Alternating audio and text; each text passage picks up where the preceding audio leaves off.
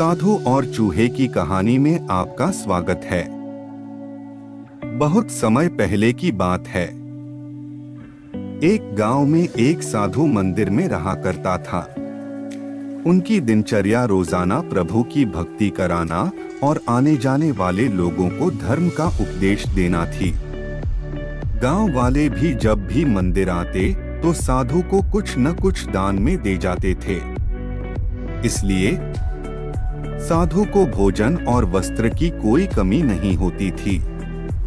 रोज भोजन करने के बाद साधु बचा हुआ खाना छींके में रखकर छत से टांग देता था। समय ऐसे ही आराम से निकल रहा था, लेकिन अब साधु के साथ एक अजीब सी घटना होने लगी थी।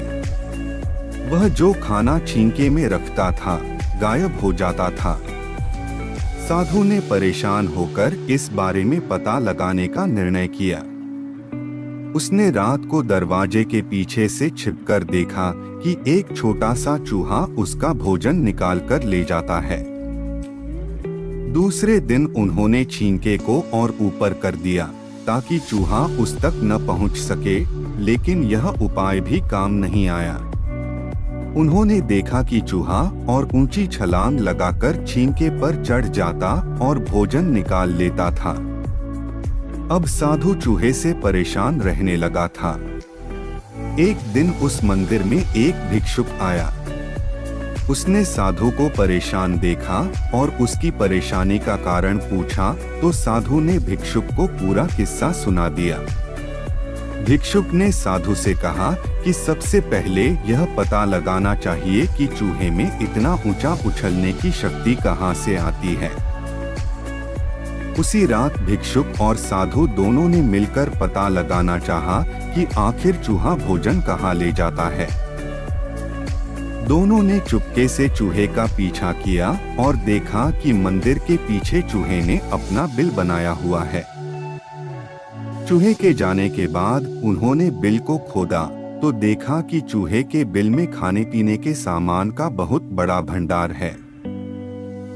तब भिक्षुक ने कहा कि इसी वजह से ही चूहे में इतना ऊपर उछलने की शक्ति आती है।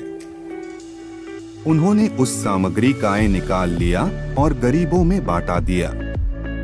जब चूहा वापस आया तो उसने वहां पर सब कुछ खाली पाया तो उसका पूरा आत्मविश्वास समाप्त हो गया। उसने सोचा कि वह फिर से खाने पीने का सामान इकट्ठा कर लेगा। यह सोचकर उसने रात को छींके के पास जाकर छलांग लगाई, लेकिन आत्मविश्वास की कमी के कारण वह नहीं पहुंच पाया और साधु ने उसे वहां से भगा दिया। इस कहानी से हमें ये सीख मिलती है कि संसाधनों के अभाव में आत्मविश्वास की कमी हो जाती है। इसलिए जो भी संसाधन आपके पास हो, उसका ध्यान रखना चाहिए।